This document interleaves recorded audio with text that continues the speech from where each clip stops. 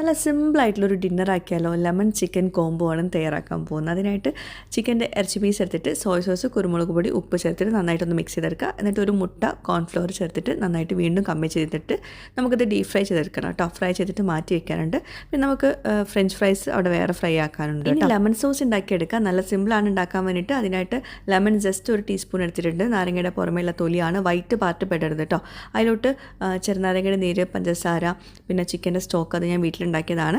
പിന്നെ കോൺഫ്ലോർ, ഉപ്പ് എല്ലാം കൂടി മിക്സ് ചെയ്തെടുത്ത ശേഷം നമ്മൾ നേരത്തെ ഫ്രൈ ആക്കി മാറ്റി വെച്ചിട്ടുള്ള ഓയിൽ ഉണ്ടല്ലോ, അതിലോട്ട് ഇത് കുറച്ചെടുത്തിട്ട് അതിലോട്ട് ഇതൊന്ന് സോസ് ഒഴിച്ച് കൊടുക്കുക, ചിക്കൻ ചേർത്ത് കൊടുക്കുക. അതാണ് നമ്മുടെ ലെമൺ ചിക്കൻ. പിന്നെ മയനൈസും ടൊമാറ്റോ കെച്ചപ്പും കൂടി ഒരു ബൗളിൽ നന്നായിട്ട് മിക്സ് എടുത്തിട്ടുണ്ട്. ഇനി നമുക്ക് സമൂൻ്റെ അകത്ത് ഇതൊന്ന് സ്പ്രെഡ് ചെയ്ത് കൊടുക്കുക. അതിൻ്റെ അകത്ത് നമ്മുടെ ലെമൺ ചിക്കൻ ചേർത്ത് കൊടുക്കുക.